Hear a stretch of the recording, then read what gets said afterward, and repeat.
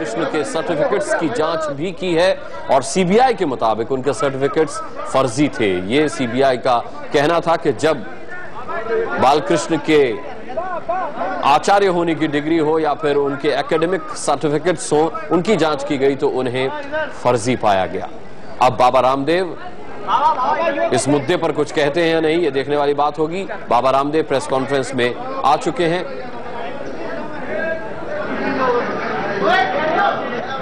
काफी दिनों के बाद बाबा रामदेव इस मसले पर कुछ बोल सकते हैं। अरे बैठ जाओ यार।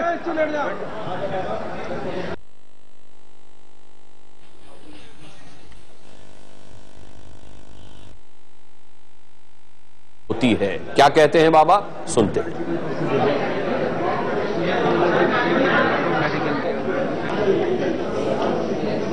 का माइक आई गया देखो पूरा रखे हैं ना। अरे बैठ जाओ यार। अरे बैठ जाओ यार। चलो शर्ट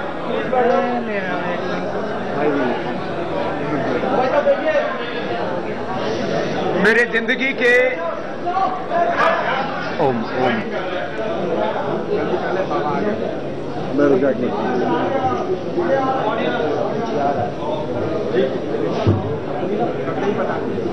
अरे देख मैं फेरी तो कहना चाहिए। देख देख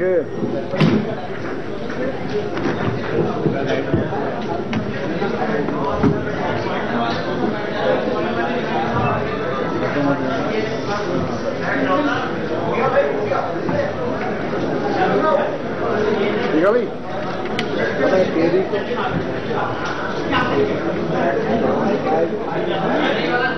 मेरे जिंदगी के 2 अध्याय मैं मानता हूं, एक 4 जून से पहले और एक 4 जून के बाद। 4 जून से पहले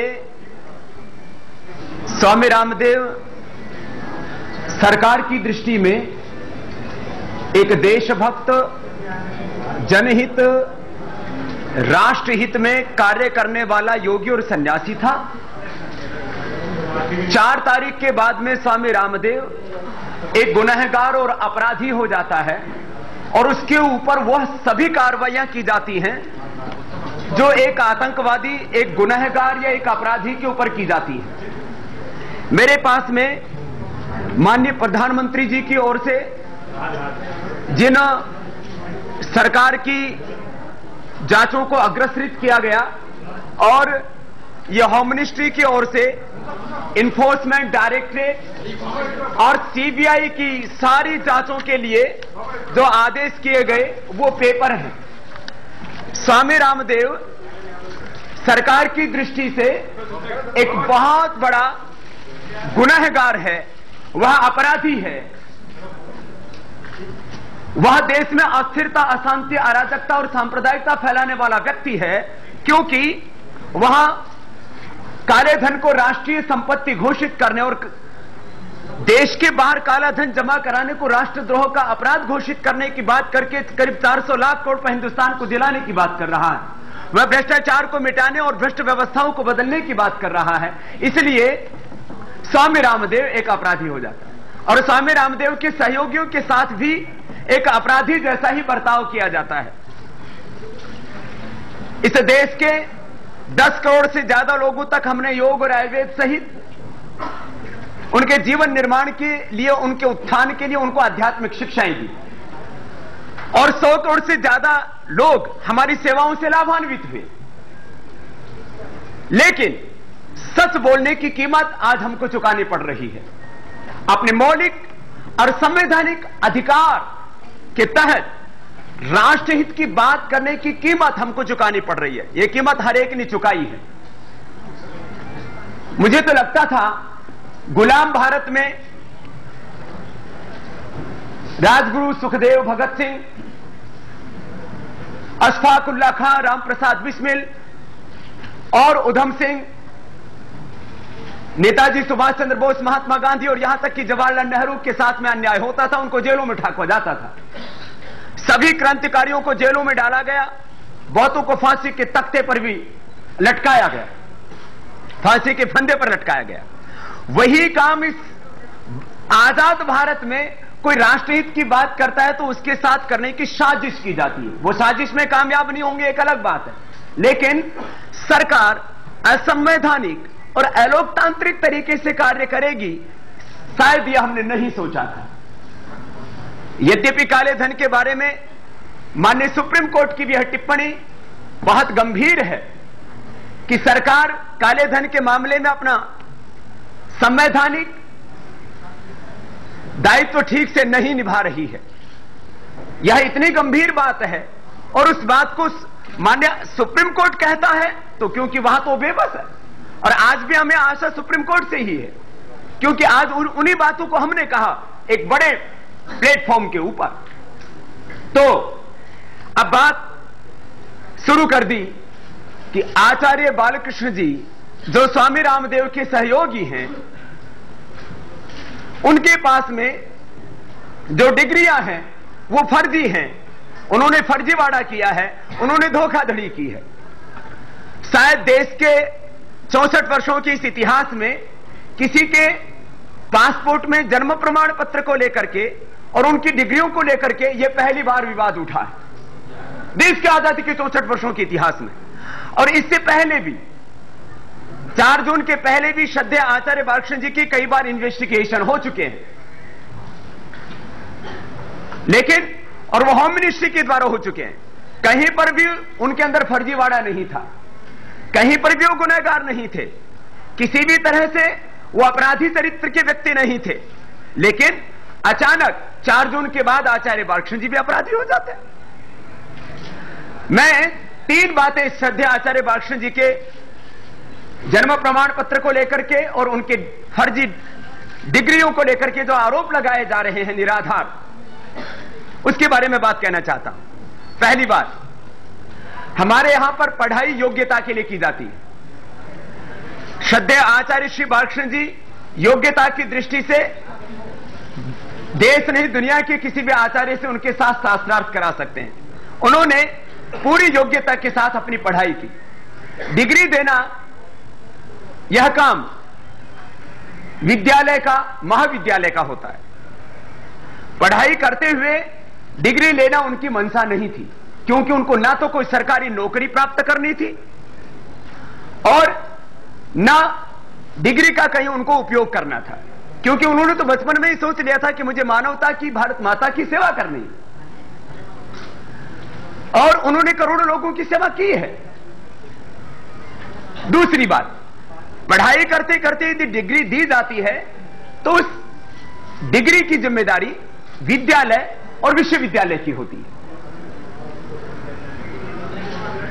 जहां तक पासपोर्ट में डिग्री का प्रयोग करने का प्रश्न है, यदि श्रद्धेय आचार्य श्री के पास डिग्री नकली होती तो वो उसका उपयोग क्यों करते? क्योंकि पासपोर्ट तो अनपढ़ व्यक्ति का भी बनता है और करोड़ों लोगों का बना हुआ। यदि डिग्री नकली होती तो श्रद्धेय आचार्य बालकृष्ण जी उस डिग्री का प्रयोग पासपोर्ट में क्यों करते? क्योंकि पासपोर्ट तो बिना डिग्री के भी बन जाता है। मैं गुरुकुलीय परंपरा में पढ़ा हूं, मैंने तो कोई डिग्री नहीं लगाई, तो क्या मेरा पासपोर्ट नहीं बना? दूसरा प्रश्न, श्रद्धेय आचार्य श्री बालकृष्ण जी ने कोई अपनी डिग्री कोई सरकारी पद का उपयोग करने के लिए उनको प्रयोग नहीं करना था।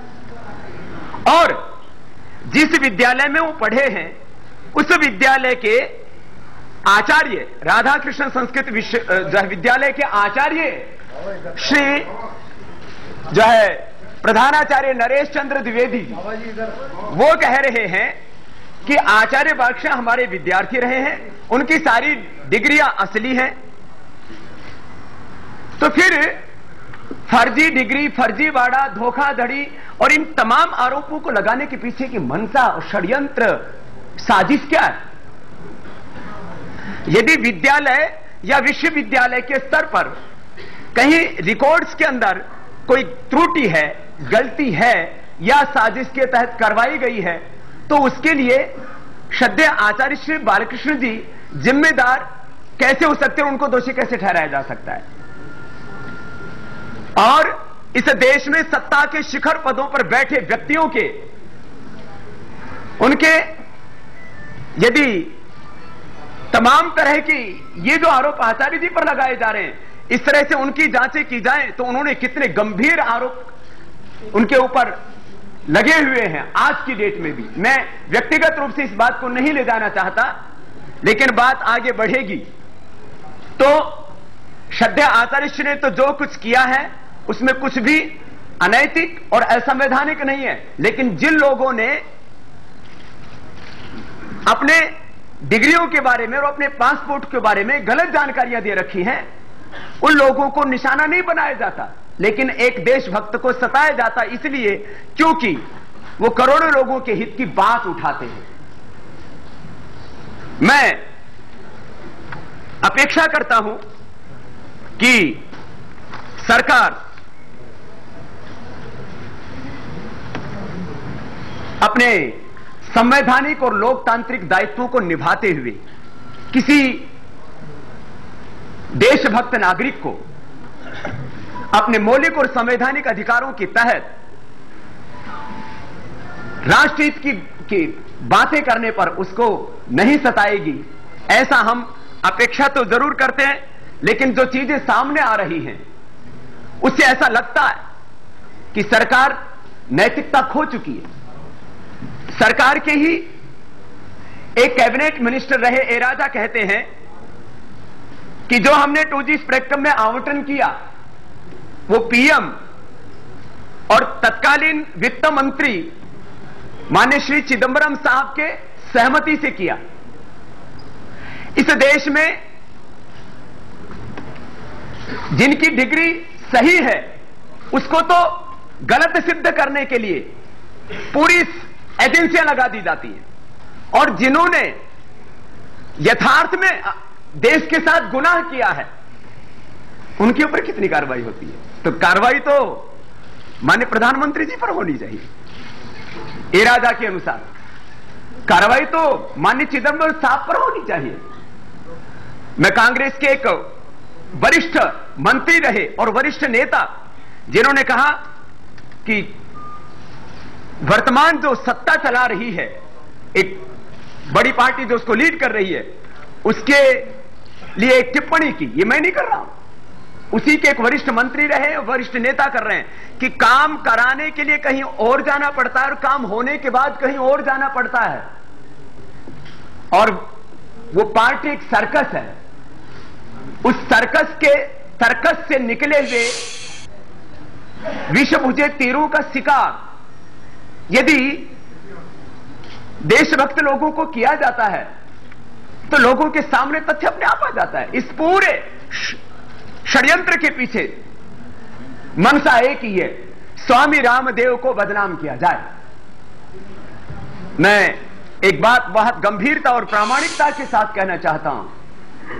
हमने जो देश के, मैंने कहा 10 करोड़ से ज्यादा लोगों के प्रत्यक्ष और 100 करोड़ से ज्यादा लोगों के परोक्ष रूप से जो सेवाएं की हैं, उसके पीछे 20 वर्षों तक एक दिन भी बिना विश्राम किए 18-20 घंटे हमने तप किया है निस्वार्थ भाव से, और उस विश्वास की जड़ें इतनी गहरी हैं। ये कितने ही झूठ बोले, कितने ही षड्यंत्र करें, कितनी ही साजिशें रचे, कितने ही झूठे आरोप लगाएं, उन विश्वास की जड़ों को ये उखाड़ नहीं सकती, क्योंकि विश्वास की जड़ें इतनी गहरी होती हैं। कितने आंधी और तूफान आए उनको कोई हिला नहीं सकता। और काले धन और भ्रष्टाचार और व्यवस्था परिवर्तन के खिलाफ जो हमने संघर्ष शुरू किया है, चाहे हमारा ये सब कुछ मिटा दे, चाहे हमें मिटा दे, लेकिन हमें अपने उस अभियान से, हमें अपने उस आंदोलन से, और जो हमने राष्ट्र धर्म मान करके, देश के प्रति अपना कर्तव्य मान करके जो हमने काम शुरू किया, उससे हमें नहीं हटा सकते। कितने ही प्रहार करें, कितने ही वार करें, लेकिन अंतिम सांस तक ये 400 लाख करोड़ रुपए, माना कि बड़े घोटालों का क्रम बोफोर्स से शुरू हुआ, फिर दूरसंचार मंत्रालय हो, और जो है यूरिया घोटाला हो, और अब कॉमनवेल्थ घोटाले से लेकर के और टू द स्पेक्ट्रम तक, और अब तो रोज नए नए घोटाले हो गए। ये इतनी बड़ी श्रृंखला है। अब इन घोटालों पर अंकुश लगाना पड़ेगा, भ्रष्टाचार को मिटाना पड़ेगा, काला धन लाना पड़ेगा। कार्यवाही सरकार इतनी सी करती, जबकि मेरे पास में पूरी सरकार की फाइलें हैं। सरकार ने माना कि काला धन राष्ट्रीय संपत्ति होना चाहिए और उसको राष्ट्रद्रोह का अपराध मानना चाहिए। यदि ये दो ही काम कर देते तो यूनाइटेड कन्वेंशन अगेंस्ट करप्शन के तहत, इस संधि के तहत हम स्विट्जरलैंड से सारी जानकारी मांग सकते थे। कल ही स्विट्जरलैंड के एक नेशनल बैंक ये कहते हैं कि 11,000 करोड़ रुपए तो हमारे एक ही बैंक में भारतीयों का जमा है, बाकी दूसरे बैंकों में कितना लाख करोड़ रुपए जमा है ये आगे की बात है। यहां पर काला धन लाने के लिए कार्रवाई नहीं होती है। यहां भ्रष्टाचार मिटाने के लिए अपराधियों के खिलाफ कार्रवाई नहीं होती है, चाहे वो टैक्स चोरी करने वाले हों, चाहे वो अवैध खनन करने वाले हों, चाहे वो विकास योजनाओं का पैसा लूटने वाले, उनके खिलाफ कार्रवाई नहीं होती।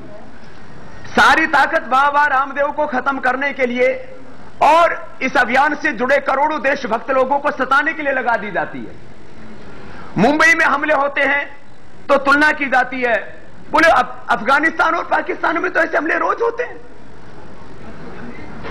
मुंबई जलती है तो जलने दो, निर्दोष लोगों की मौत होती है तो होने दो, हमको परवाह नहीं।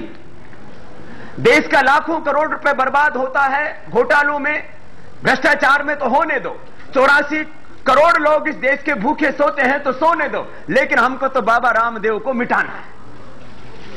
ये किसी भी लोकतंत्र के अंदर एक चुनी हुई सरकार यदि इस पर उतारू हो जाए कि उसको तो जो भी भ्रष्टाचार के खिलाफ, काले धन के खिलाफ आवाज उठाएगा, हमें उसको मिटा देना है, चाहे वो बाबा रामदेव हो या अन्ना हजारे साहब हो या और कोई भी व्यक्ति। खबरदार, यदि तुमने काले धन के खिलाफ और भ्रष्टाचार के खिलाफ आवाज उठाई तो तुम्हारा वही हश्र होगा जो हमने बाबा रामदेव का किया। तो भाई बहनों, मैंने आपके माध्यम से कुछ 2-4 बातें, यहां सरकार अलोकतांत्रिक और असंवैधानिक तरीके से एक अभियान को कुचलने की जो कोशिश कर रही है उसके संदर्भ में रखी। और मैं मीडिया के भाइयों से भी अपेक्षा करूंगा कि इस पूरे अभियान में तथ्य और सत्य मैं कई बार आपके बीच में रख चुका हूं, इसलिए आगे भी कई दौर साजिशों का चलेगा। अब ये केंद्रीय मंत्री ने हमारे आश्रम की सभी दवाइयां अपने ऑफिस में रखवाई हुई है कि बाबा रामदेव की दवाइयों के अंदर स्टीरॉयड है। वो प्रेस कॉन्फ्रेंस भी करने वाले थे आयुर्वेद को बदनाम करने के लिए, क्योंकि वो भी उनसे सहन नहीं हो रहा कि करोड़ों लोग योग क्यों कर रहे हैं, करोड़ों लोग महर्षि पतंजलि का योग क्यों कर रहे हैं, हमारे पुरखों का योग करके स्वस्थ क्यों हो रहा है, उनका शरीर मन उससे अच्छा हो रहा है, उनका स्वाभिमान उससे जाग रहा है। करोड़ों लोग आयुर्वेद की दवाइयों का क्यों प्रयोग कर रहे हैं? तो आयुर्वेद के खिलाफ भी एक साजिश रची जा रही थी, लेकिन वो भंडाफोड़ यूं हो गया, उस व्यक्ति ने हमसे जाकर के पहले संपर्क कर लिया, फिर जाकर के उन केंद्रीय मंत्री से बात की कि बाबा तो कह रहे हैं तो हल्दी में भी स्टेरॉइड होता है, ये तो लहसुन में भी स्टेरॉइड होता है, अपने घर से ले जाकर के चेक करवा लो, प्राकृतिक स्टेरॉइड इनमें पाया ही जाता है, तो इसमें तो आप उनको फंसा नहीं पाएंगे। तो एक वो दवा वाली साजिश तो उसको षड्यंत्र रचने से पहले ही वो जो खत्म हो गई। ये रोज कोई ना कोई ऐसा ही बिना सिर पैर का निराधार कोई मुद्दा ला करके बस एक ही काम है, बाबा जी की जो सोशल इमेज है, स्पिरिचुअल इमेज है, उसको खत्म करो। लेकिन अब इस देश के करोड़ों लोग सच को जान चुके हैं और वो कोई भी बात जब सामने आती है तो उसके तुरंत उनके दिमाग में आता है कहीं ये षड्यंत्र तो नहीं है, कहीं ये साजिश तो नहीं है। और मैं पुनः एक बार बहुत विनम्रता के साथ इस बात को कहना चाहता हूं, हमने कोई पॉलिटिकल पावर पाने के लिए इस अभियान को शुरू नहीं किया था, हमने पॉलिटिकल प्योरिटी के लिए इस अभियान को शुरू किया था। हमारी कोई पॉलिटिकल एम्बिशन नहीं है, लेकिन इस देश को बचाने की हमारी प्रतिज्ञा है, हमारा प्रण है। ये चाहे मुझे, चाहे मेरे संस्थान को या हमारे करोड़ों देशभक्त, हमारे प्रशंसकों को कितना ही सताएं, लेकिन हमें इस अभियान से ये हटा नहीं सकते। चाहे वो हमें मिटा दे, लेकिन अंतिम सांस तक हम इस अभियान को जारी रखेंगे। ये केस दर्ज होने के बाद ये प्रेस कॉन्फ्रेंस आचार्य बालकृष्ण को खुद करनी चाहिए थी। मेरा सवाल वो यहाँ पर क्यों नहीं है? क्या केस, पहली बात तो क्या केस दर्ज होने के बाद फरार है? दूसरा सवाल, अगर मार्कशीट पासपोर्ट नहीं होती है तो बालकृष्ण ने मार्कशीट क्यों लगाई? तीसरा सवाल यह है, जो आपने कहा कि बात झूठ तक जाएगी और फर्जी मार्कशीट जो लगाई गई है उनके बारे में और भी भेद खोलेंगे, तो आप किसका नाम लेना चाहते हैं? किस बड़े? मैं अभी किसी का नाम नहीं लेना चाहता। मैंने जो कहा, मैंने कहा वो सच था इसलिए लगाया, वो फर्जी डिग्रियां नहीं है, वो सच्ची डिग्रियां इसलिए लगाई गई। और जहां तक आप कहते हैं कि प्रेस कॉन्फ्रेंस किसको करनी चाहिए थी, प्रेस कॉन्फ्रेंस हम तो विचार यही कर रहे हैं कि आगे से हमारे प्रवक्ता लोग ही किया करें, लेकिन आप लोगों का पेटा नहीं भरता जब तक बाबा तुमके नहीं दिखता। अब हम प्रेस कॉन्फ्रेंस करें तो आपत्ति, मैंने एक दिन मैं नहीं बैठा तो आप लोगों ने बहिष्कार कर दिया, आप भी उसमें थे। बालकृष्ण जी आश्रम में अपना कार्य कर रहे हैं। यूनिवर्सिटी के रजिस्ट्रार ने मीडिया को बाइट दी है कि वो डिग्री फर्जी। देखिए, मैं इस बारे में पूरी बातें कह चुका हूं पूरे प्रामाणिकता के साथ, इसलिए मैं बातों को दोहराना नहीं चाहूंगा।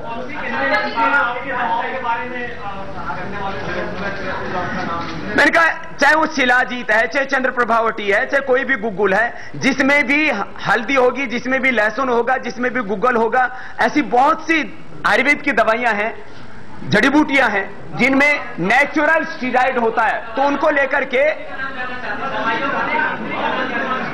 वो मंत्री कौन है? मंत्री के यहां जाकर के अभी आपको बता दूंगा, आप अभी चले जाना यहां से उठने के बाद, वहां आपको दवाइयां रखी मिल जाएगी।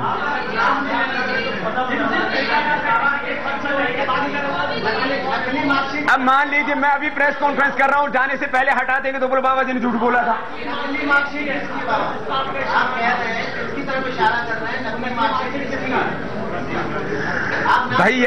भैया अभी मैं कह रहा हूं, जितना मुझे कहना था मैं बहुत कह चुका हूं, इससे ज्यादा व्यक्तिगत रूप से मैंने कभी किसी को टारगेट नहीं किया।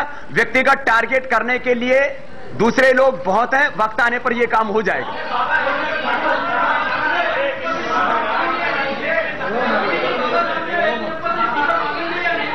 देखिए, मैंने किसी से भी इस्तीफा नहीं मांगा है। मैं तो चाहता हूं सभी लोग पूरी ईमानदारी से अपना राष्ट्र धर्म निभाएं, और मैं एक सन्यासी और योगी का धर्म निभाता हुआ पूरी प्रामाणिकता के साथ अपना राष्ट्र धर्म निभा रहा हूं। बहुत से लोग इसके ऊपर भी रोज प्रश्न चिन्ह लगाते हैं, क्या एक सन्यासी को सेवा करते करते, योग कराते कराते काले धन और भ्रष्टाचार के खिलाफ आवाज उठानी चाहिए? तो जब मैं एक बात कहता हूं, योगेश्वर भगवान श्री कृष्ण योगी होकर के गीता का पाठ पढ़ाते पढ़ाते जब वो कुरुक्षेत्र में युद्ध करा सकते हैं, कुशासन को मिटाने के लिए, भ्रष्टाचार को मिटाने के लिए, पाप को मिटाने के लिए, तो मैं तो मात्र संवैधानिक दायरे में रह करके अपने मौलिक अधिकारों के तहत एक सच की आवाज उठा रहा हूं, पूरी प्रामाणिकता के साथ। मेरा कुछ भी गुनाह नहीं।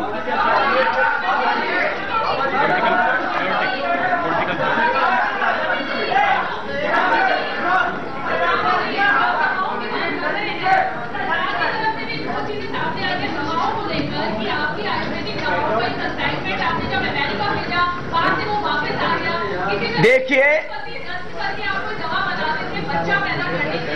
गलत कोई भी यही तो मैं कह रहा हूं, बिना आधार के, बिना किसी प्रमाण के, तथ्य के ऐसी झूठी बातें करना, ये साजिश, षड्यंत्र और पूरी तरह से हमारी जो इमेज है उसको खराब करने का एक घिनौना प्रयास मात्र है। उसमें ये सफल नहीं हो पाएंगे। जहां तक विदेशों में दवा भेजने की बात है, जो भी हमारी दवाइयां जा रही हैं, गई हैं, सरकार के पूरे नॉर्म्स के अकॉर्डिंग गई हैं। हमारी कोई भी दवा जो बाहर जा रही है वो सारी की सारी दवा यहां पर भी है। हमने किसी भी दवा के अंदर किसी भी कानून का उल्लंघन नहीं किया है। तो दवाइयां हमारी आप मार्केट रेट से यदि आप देखेंगे, चाहे वो एलोवेरा का जूस हो, चाहे वो चंद्र प्रभावटी हो, चाहे वो मोती पिष्टी, चाहे हीरे की भस्म हो, या चंद्र प्रभावटी या त्रिफला चूर्ण हो, आप चेक करवा लीजिए। हमारी दवाएं मार्केट रेट से 25% से लेकर के 100% तक और कुछ दवाइयां तो मोती पिष्टी बाजार में 300 रुपए की मिलती है, तो हमारी 30 रुपए की मिलती है। आप इसको कितना गुना सस्ती होती है, इसका आप मूल्यांकन कर सकते हैं। दवाइयां बेचना हमारा मकसद नहीं, लोगों की जिंदगी बचाना हमारा मकसद है। खाने वाले खुश हैं, उनको आरोग्य मिल रहा है, तो दूसरों को पेट में दर्द क्यों होता है?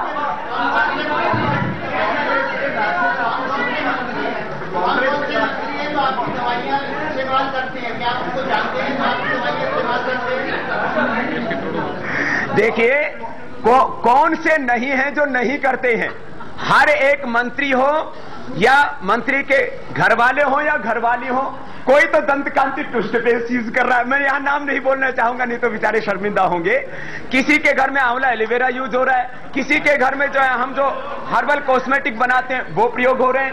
कोई मुक्तावटी खा रहा है, कोई मधुनाशिनी, कोई च्यवनप्राश और कपाल भाती, अनुलोम विलोम करके। हमने तो सोचा था ये योग करके सात्विक हो जाएंगे, योग करके, और फिर ये पता नहीं वो आक्रमण और कर रहे हैं। तो अच्छी बात है, कम से कम हमने उनको बलवान तो बना दिया।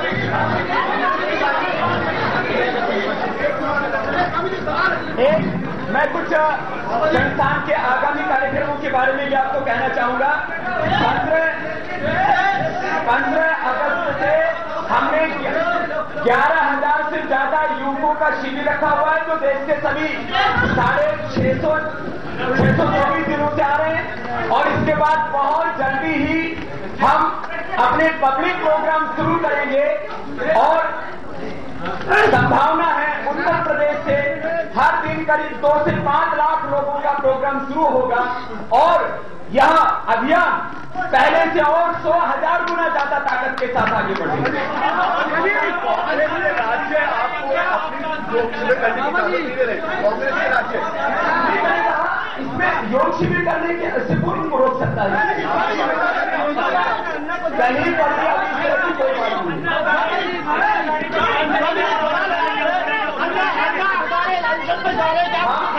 देखिए, मैंने पहले भी इस बात को कह चुका हूं, जो भी व्यक्ति संगठन, काले धन, भ्रष्टाचार और भ्रष्ट व्यवस्था के खिलाफ काम करेगा, हम उसके साथ होंगे, उसका साथ लेंगे। और केवल व्यक्ति ही नहीं, ऐसी राजनीतिक पार्टियां जो काला धन और भ्रष्टाचार के मुद्दे पर हमारे साथ में हैं, उनका साथ हम देंगे और उनका साथ हम लेंगे। हमारा उद्देश्य, मैंने कहा, पॉलिटिकल पावर नहीं, पॉलिटिकल प्योरिटी है। और ये आगे आने वाले दिनों में आप देखेंगे, आगामी लोकसभा के सत्र में काला धन और भ्रष्टाचार यह पूरी मजबूती के साथ मुद्दा उठेगा। और इसमें राजनीतिक पार्टियों की भी बहुत बड़ी लॉबी हम करेंगे। हमने कहा, हम ना मुद्दा स्वामी रामदेव है, ना मुद्दा कोई दूसरा तीसरा व्यक्ति, मुद्दा है काला धन, भ्रष्टाचार, और मुद्दा है देश के साथ में हम होंगे। काला धन मिटाने के लिए, लाने के लिए, भ्रष्टाचार मिटाने के लिए हम सबका साथ देंगे और लेंगे। धन्यवाद। आपको भी पासपोर्ट ऑफिस बुलाया था? लोग मुझे क्यों बुलाएंगे?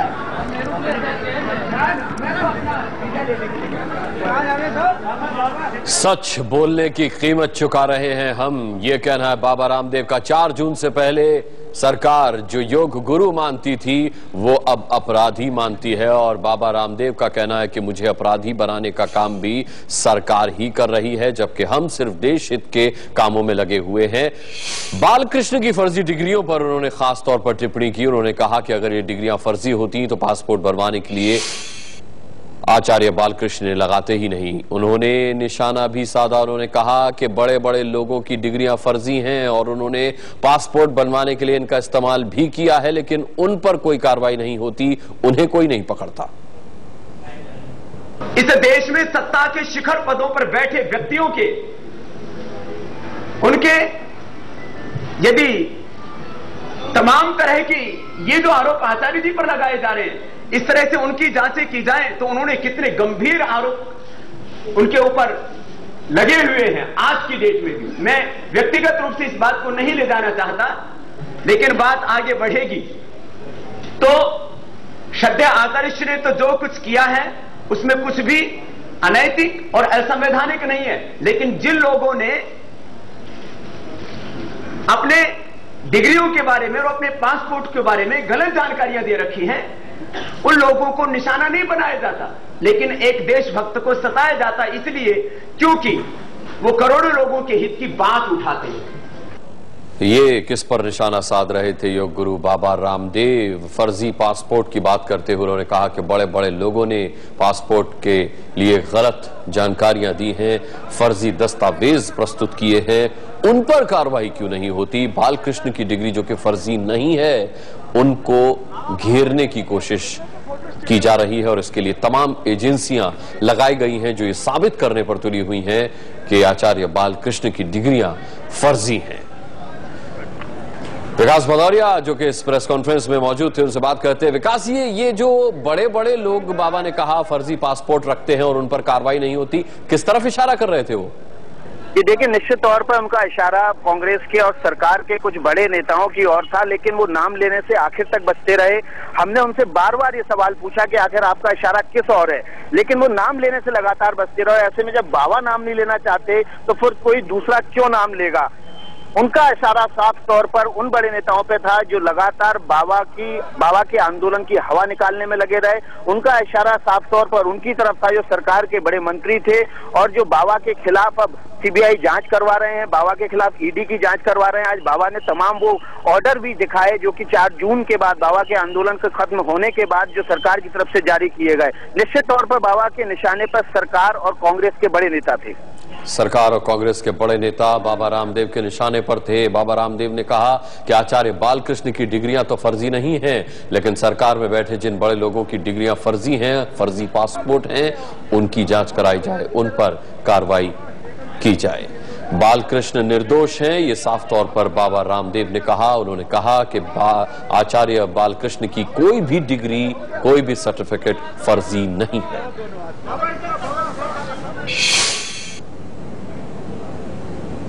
अब बात शुरू कर दी कि आचार्य बालकृष्ण जी जो स्वामी रामदेव के सहयोगी हैं,